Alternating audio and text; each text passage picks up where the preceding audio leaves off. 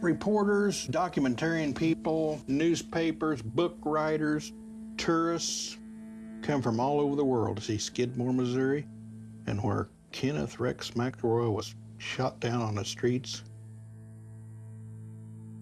Happened 40 years ago. People are still coming. People are still asking questions. Everybody wants to know why or how a town can keep quiet for 40 years and not naming the people that shot him. Does anybody know what happened? Does anybody really know what happened?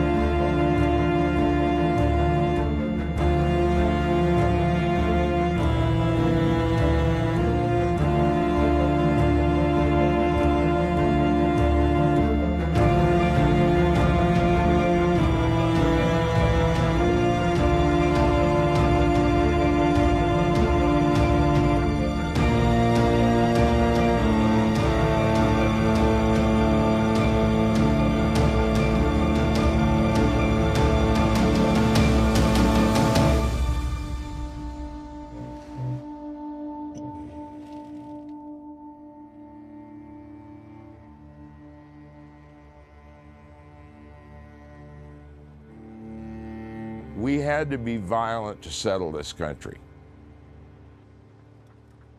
This was a very wild country. We still have places in this country that are totally wild. Sometimes violence is necessary. In Skidmore, we just had a bad guy. The story of Skidmore was more like the Old West. They call him a bully, a big guy, a bully.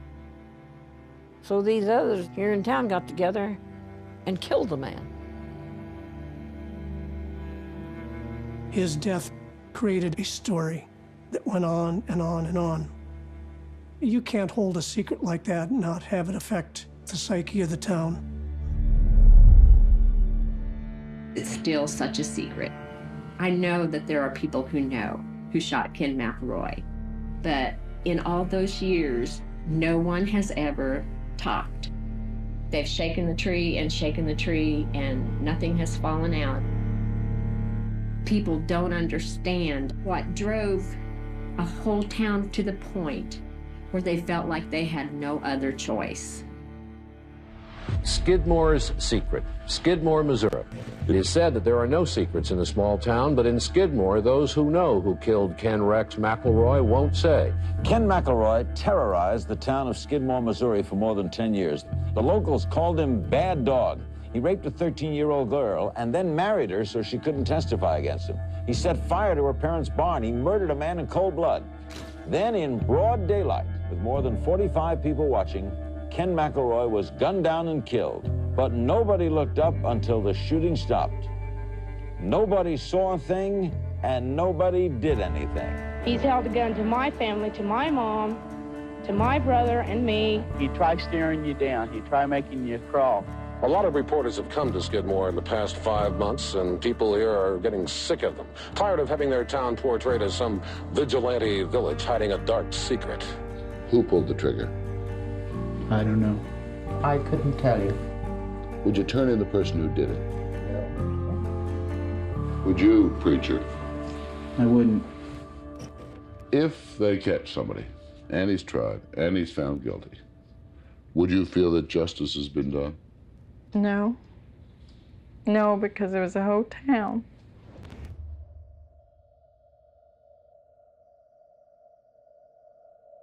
That was the one mistake that they made, was that they didn't kill his wife.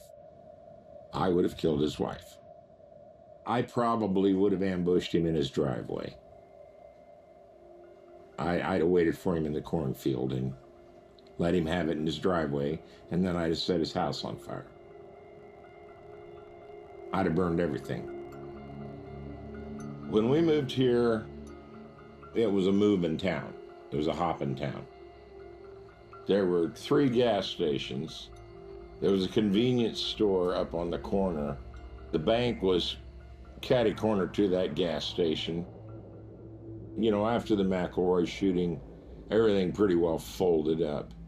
And it was a shame. You know, it's a shame. It killed the town. It did. It poisoned everybody's life. Skidmore is home. I'm a 5th generation here of farmers, working the land, following in my father's footsteps. What are you doing, young man? Hanging out. Hanging out? How are you, Ken? All right, how's Kurt? Doing good. And you put into a situation that you're not used to being in,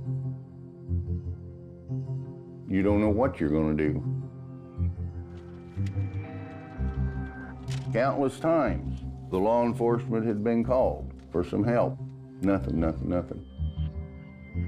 So it comes to a point where the people feel, well, it's you or me.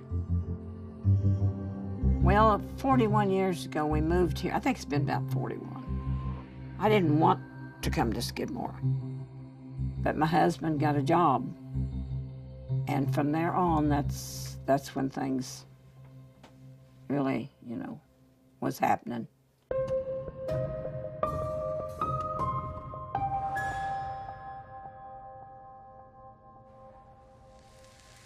My husband was a smoker, and he was sitting out in the garage fairly early that morning.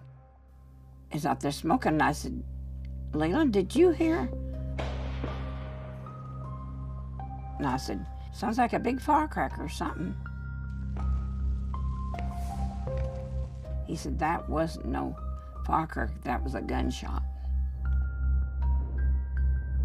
So my husband went up to town, and when he came back, he was pretty well shook up. He said, "Call the kids and don't let me out on the street or nothing, because there's a whole mess up there, and McElroy's sitting in the truck with his head shot off and blood running down the highway."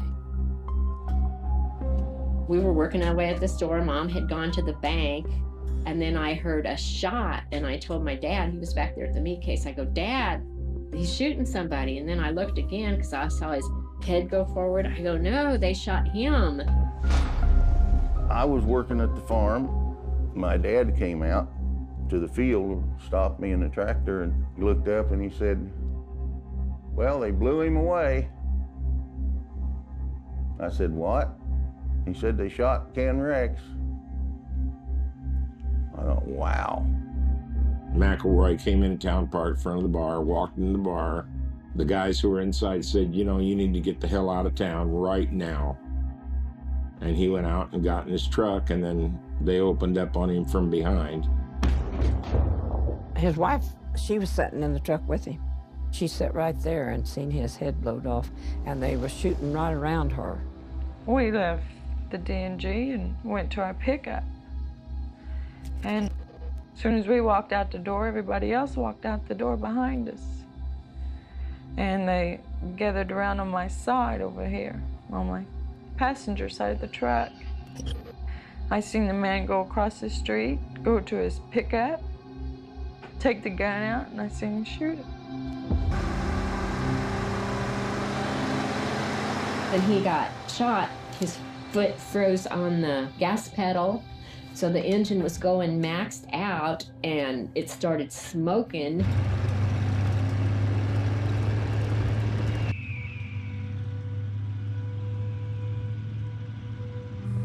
Finally, the engine blew, and then it was just silence.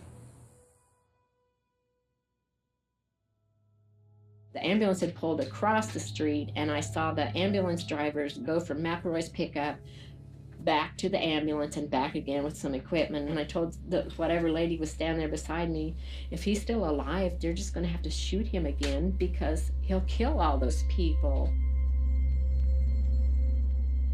I was in a pickup, and this man told me to stay in there, they was going to shoot me too. A couple of guys helped Trina out of here. She'd wet her pants and walked her up the top of the hill to get her out of harm's way. I still thought they was going to kill me when they took me up to the bank. Because he told me there was women up here to take care of me. Of course, there's a little blood and a few teeth and stuff laying around. My brother went around and picked up his teeth. And then the people started coming out of the pool hall and everybody left town. Everybody cleared the town. Everybody was in their houses and stuff. Nobody was up there on that street. That truck was just sitting there.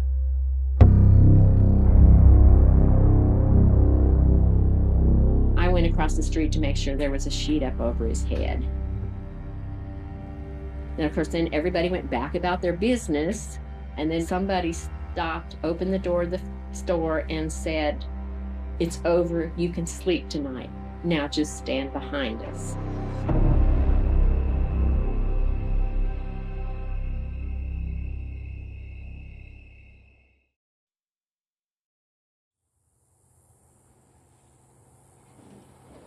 I was glad he was dead. Killing him was the only way it was going to stop. People were afraid of Ken Rex. They knew he would shoot you. He was definitely a bully. If somebody crossed him, he'd burn their house down. We had a whole problem with that. He was a monster. Unlike the fish that you caught, it passes hands and gradually gets bigger as the story's told. Ken Rex was already there. He must have been about 6'2" or 6'3". Jet black hair, long sideburns, steely blue eyes, just stared right through you. Really, really cold eyes. He could make my legs turn to jello. He was picking on people who were smaller than he was. He was picking on women. He probably picked on kids. He was a career criminal. Just knew he was a bad man. And you never heard of Ken Rex getting in a fist fight. Always had to do with a gun. Romaine Henry remembers when McElroy shot him and says x-rays show his stomach still has the buckshot in it from the incident more than a decade ago. One of the local farmers riding in the pickup truck shoots him in the stomach with a shotgun. Excuse me? One of the boys come out and said that heard somebody shooting down the road. And when I got pretty close, well, I recognized it was Ken McElroy. And then next thing I knew was looking right down the barrel of that shotgun. He said that I was a dirty SOB, had been over to his place in a white Pontiac. I don't even have a car like that. And he said, well, you're a lying SOB, and pulled the trigger. And when they brought him into the hospital, well, just like they went, Romaine Henry's been shot in the stomach. We think McElroy got him. And that was all over the hospital.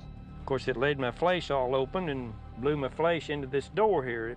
And I just figured I was as good as dead. Yet when he went to court, he had 2 witnesses said he was somewhere else.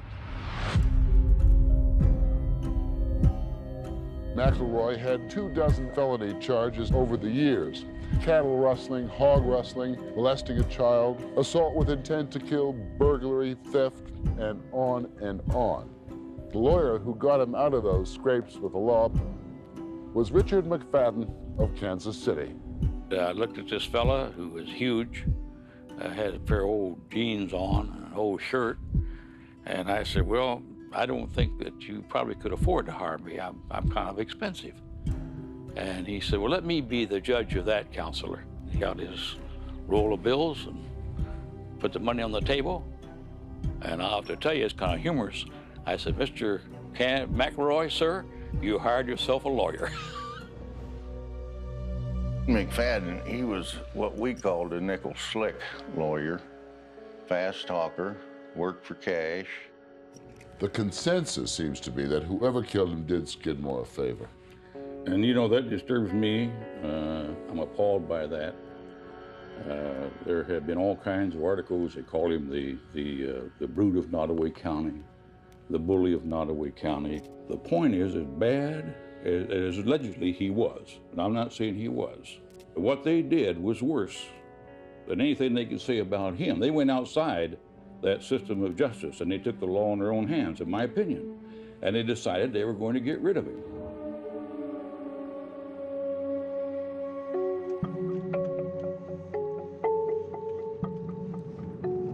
We just pulled on to Missouri 113, and I'm going to stop in front of the D&G Tavern where Ken Rex was shot dead.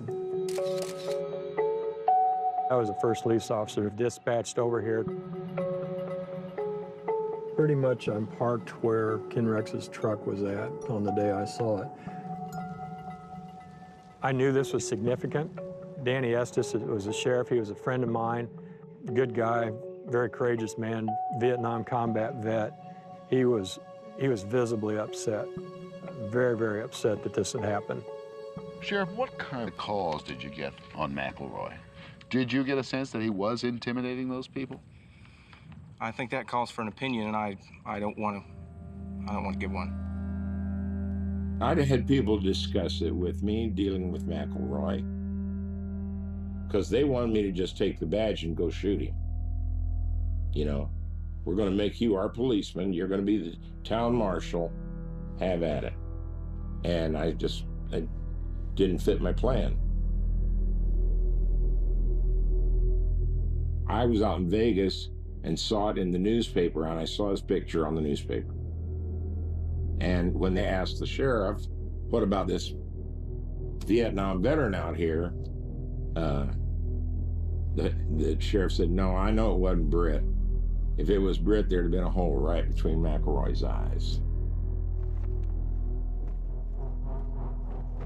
People know that if they push us the wrong direction, it's going to come back in lead. There's a lot of people that's seen it, 50 or 60. People's afraid to say what they've seen because they're afraid what's going to happen to them and their family. And that's kind of what small towns do. They just kind of band together and do what's best for the town. In the aftermath of that, you have to use all the resources at your disposal. Well, in Skidmore, they're non-existent. Nobody in the town would even give a name. After the murder, a task force was put together of area and regional law enforcement, and they engaged the case.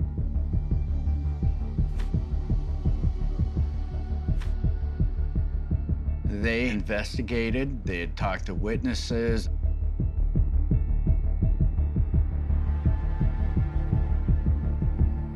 And they were coming up empty.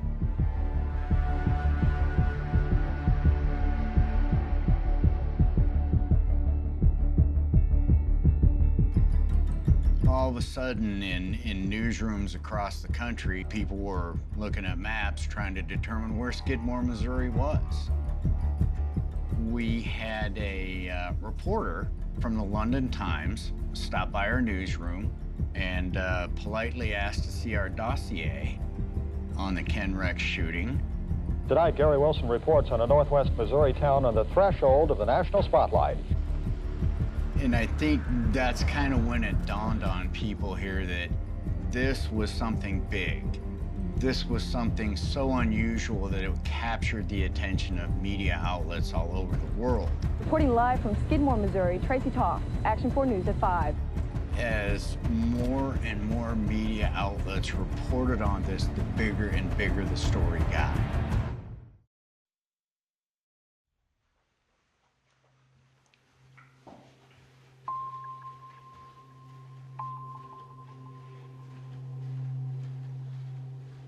I was teaching at the University of Texas that summer. And I'm sitting there having my coffee, and all of a sudden Skidmore, Missouri comes on the news, and then they tell me about the murder of Ken Rex McElroy. Right away, I knew who the man was.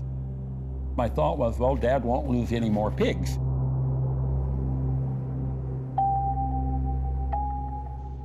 Was Skidmore more violent than other communities?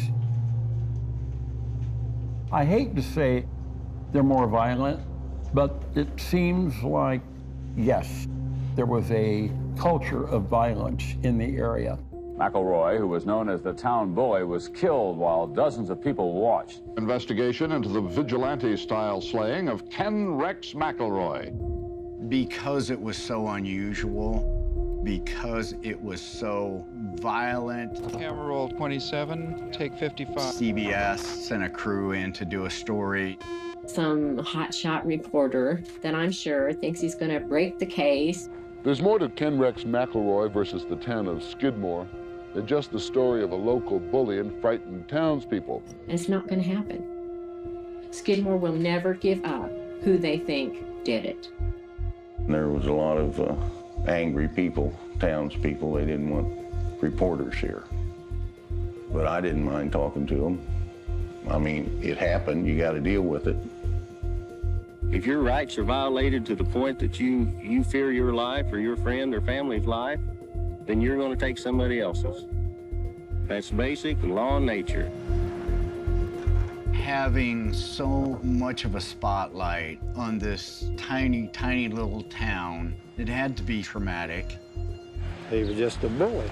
Had everyone scared to death all over the country. He was pretty vicious. He shot this man in at the store over a 2-cent piece of gum. Richard Bennett thinks everyone knows who did it. As far as I'm concerned, everybody in this town's guilty. I am scared that they will do the same to us that they did to McElroy if you open your mouth too much. And it's not right. One murder is not right. They was proud they did. That's how they felt, a lot of them. They was proud they had killed him. Nobody deserves to be murdered. However, something had to be done for the safety of this community. If everything else failed, then the murder was the answer. Some of them probably shook their heads and said, okay, we killed a bully, big deal. There's an old saying, you know, he needed killing. People were scared, and it just kept escalating and escalating. And I don't know about you, but, you know, everyone has a limit. You get pushed so far, law or not, something's going to happen.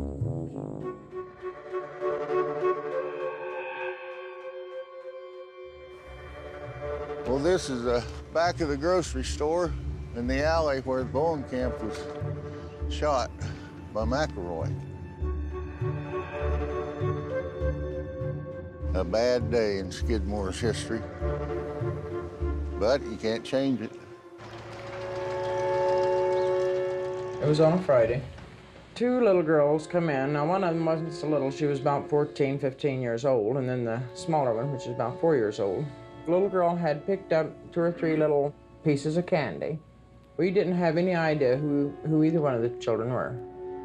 Ken McElroy got mad when they accused his children of stealing bubble gum. A lady that worked in the grocery store accused my little girl of taking some candy and raiding the store. And she had my girl really upset. She was bawling when she came home, and she's only 4. Trina McElroy walked in, and Trina wanted to know who accused their kids, and I'm cleaning up the language quite a bit, of raiding the store. And of course, no one had. The door opened again, and she says, well, you're about to meet Kenneth McElroy. I went out and tried to straighten it out, and she wanted to have no part of it. That's pretty much what started the ball rolling. McElroy started driving past Mom and Dad's house and cruised slowly by. And then during the day, they would sit in the pickups outside the store and just watch the store all day. One day, McElroy turned up at the loading bay behind the store where Mr. Bowenkamp was sitting, watching the world go by. He says, roll up the sleeve like this. He says, do you want to fight? I said, I have no reason to fight. Turned around while I was looking down the double-barrel shotgun. When I walked up the stairs, Bo was laying on the wooden floor, all stretched out. There was blood just pumping out of his neck. And there was a pool of blood that streamed across the floor probably 6 or 8 feet. He was gurgling, and he was trying to tell me, I know he said McElroy.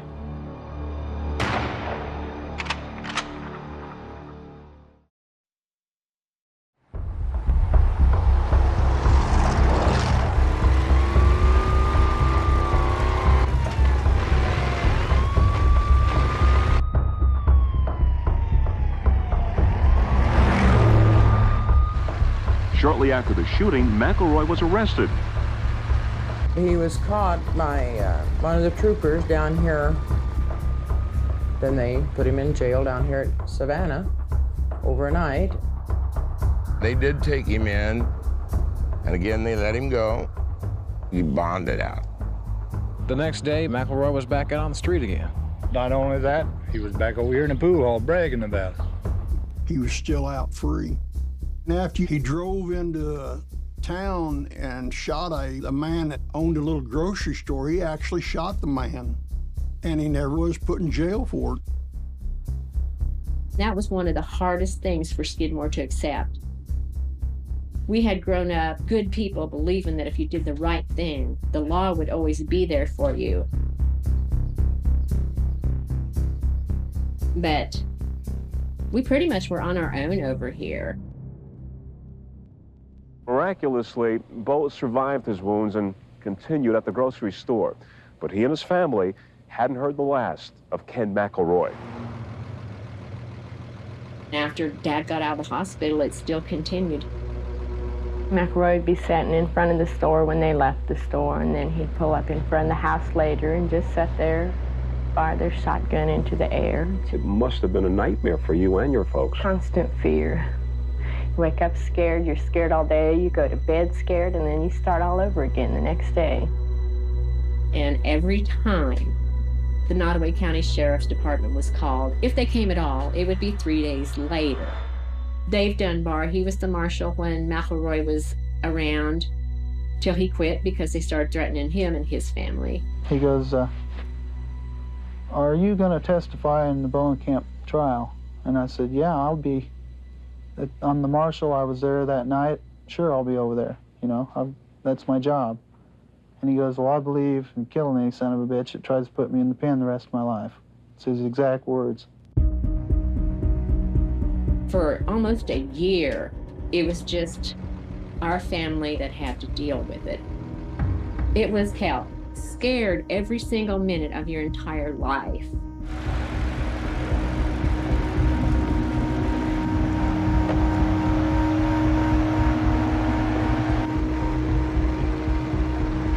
A year after shooting grocer Bowenkamp, McElroy finally comes to trial. He is charged with first-degree assault with a deadly weapon. He faces a minimum of 10 years in prison and possibly up to life imprisonment. His adversary was prosecutor David Baird. Only 3 years out of law school, just months as prosecutor. Once they did that, we went to trial. I was probably too young and naive to be intimidated. The defense team for Mr. McElroy, they tried to make the argument that somehow Mr. McElroy was acting in self-defense relative to Mr. Bowenkamp. At that time, you had David Baird, who is a very young and inexperienced prosecutor. But Ken was actually found guilty of that crime. Ken Rex McElroy, I think I read somewhere, he was charged with 37 felony crimes and convicted of none until the very last one when he was convicted of shooting Bo Bowenkamp. But his attorney filed an appeal and then requested of the judge that Ken be released on bond. The judge agreed, and there was a caravan of people from Skidmore that drove over to be in the courtroom. They drove back to Skidmore, and when they got back, Ken Rex was already there. It had to have been pretty traumatic. Not even probably a week after that, he was in the bar with an old Army rifle with a bayonet. You know, a fixed bayonet that's war. You know, you don't even discuss it. Walking into the bar with an M1 and a fixed bayonet and I'm sitting in the corner, you know, if I had been the marshal at that point and they called me on the phone, he'd have been dead. Because I'd have walked into the bar, I'd have walked right up to him and put a hole in him.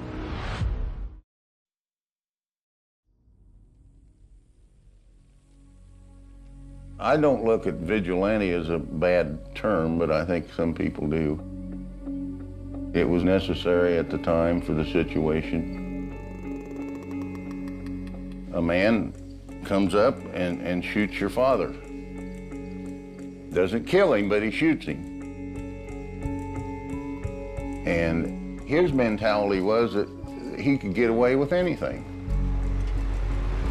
All you can do is run, cow down and get beat some more, or stand up and fight.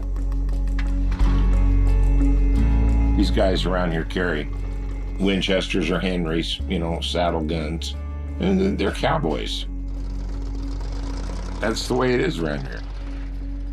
Everybody's got a gun. You know, everybody does. You put things in your own hands. I know that's vigilantism, but you've got to take care of yourself. You got to protect yourself at times. That's our American gun mentality, and that's what the Skidmore people did. Was there fear that if McElroy remained a free man, he would do further damage in the town? Yes, there was a feeling like that. Fear is an emotion that takes energy. Most tired people don't feel fear, except when faced with evil. And by all accounts, Ken Rex McElroy was evil. Anyone who doesn't understand and hasn't lived through this fear just can't understand the pressure that has been on, the emotional strain. We have never, ever, as Ken said, never locked our doors. But now we never go to sleep without the doors locked. You had people who were on edge. Townspeople had lost their faith in the court system because Ken was found guilty but released on bond. These people are crying out for justice. They finally get justice, and it does no good. It has no effect. That was the tipping point in that town, and that's why they called the town meeting. So what they did was decide to get everybody into the Legion Hall and have a meeting trying to figure out how they were going to protect themselves. It was a hotly contested meeting. And there were rumors of money changing hands for the death of Ken Rex McElroy. Oh, we heard a lot of rumors what they was going to do to him. Were you at that meeting? No, I was in Boulder, Colorado. Were you at that meeting? I was not there, no. Were you at the meeting? Yes, I was at the meeting. Mm-hmm. They don't know my husband. All they know is what they hear.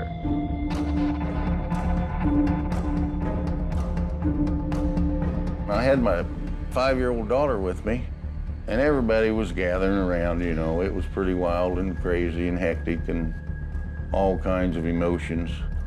And I thought, I don't need my 5-year-old daughter, you know, around this. There were 100 people. That's almost every adult citizen in the city of Skidmore. They lured him into town so they could kill him. The town had no choice because they had gotten together up in the Legion building and had a meeting, and the sheriff was there, and the sheriff drove out of town, and just as he drove out of town, McElroy drove into town. That meeting, the morning of July 10th in Skidmore, you were at that meeting. What was the mood of the place? They were concerned about the welfare of the people who had signed statements concerning the bond revocation hearing. And they were concerned about their safety. Right. About 60 townspeople were gathered in the American Legion Hall, the red brick building. They were talking about what to do with the town bully. At about that time, Ken Rex McElroy showed up at the bar. They followed him inside the bar. And what was the atmosphere in the bar that morning? It was strange. I mean, because everybody was getting free beers. And there wasn't that many people that come in like that. It was all different. So were you made to feel uncomfortable in there that morning? Yeah, we figured that they had a meeting. Just tell me what happened. We left the D&G and went to our pickup.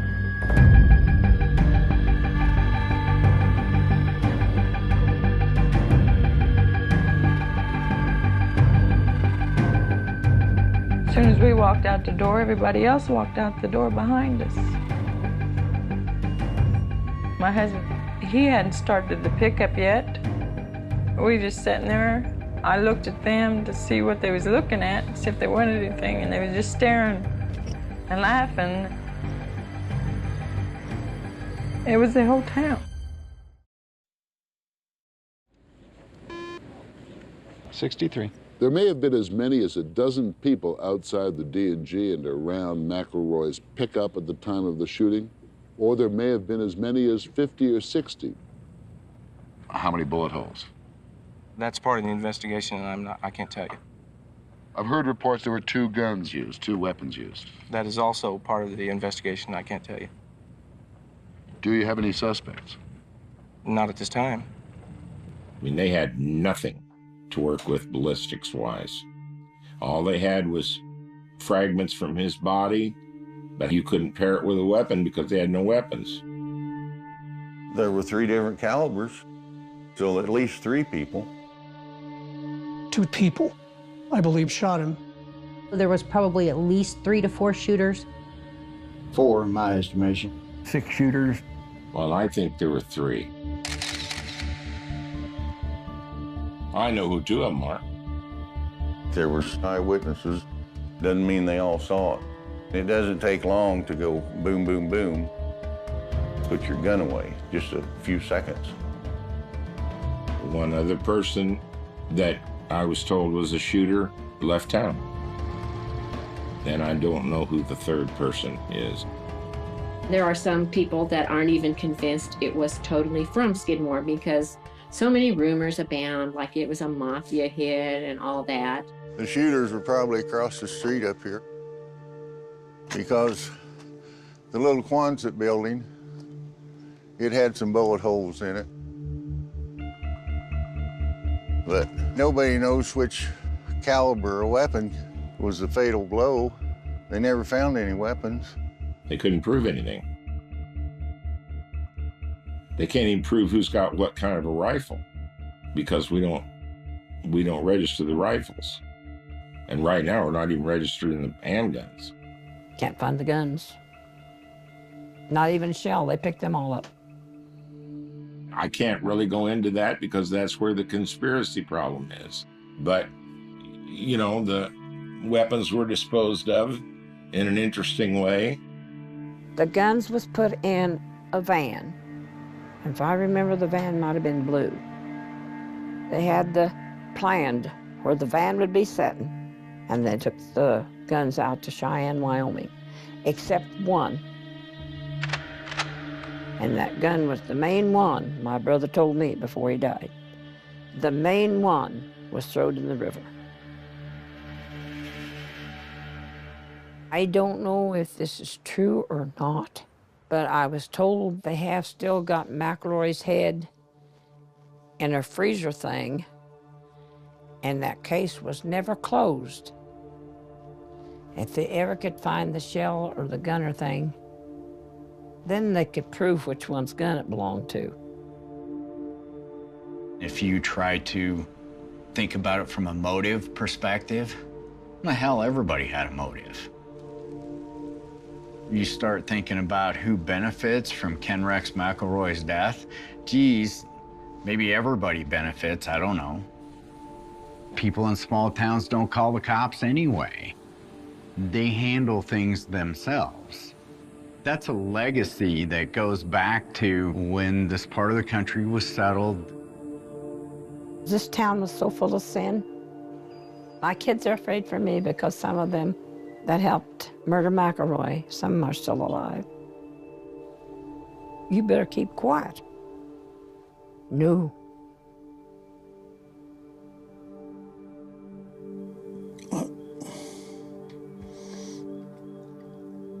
I thought it was kind of a brutal way of doing away with the man.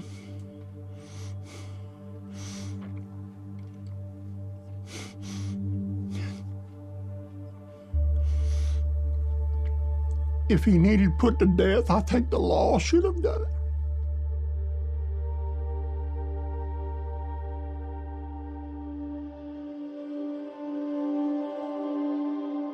The killing of Ken Rex McElroy opened up something that needs to be closed. I think I counted 9 mysterious, horrible, strange deaths since Ken Rex died. One of them was a young woman named Wendy. Her boyfriend attacked her and killed her, literally stomped her to death. Another young woman had a baby cut out and was strangled to death. A young man who just disappears. One person committed suicide with a shotgun. One supposedly committed suicide by hanging. It's a town of 280 people. It's hard to reconcile that. The question is, if Ken Rex was such a bully, if he was a monster, then why didn't the violence end with his death? Because it hasn't ended. Horror and mayhem have visited that town over and over and over again. Maybe they're cursed to live with the existence of these bad things always happening to them. There's no limit on murder or conspiracy.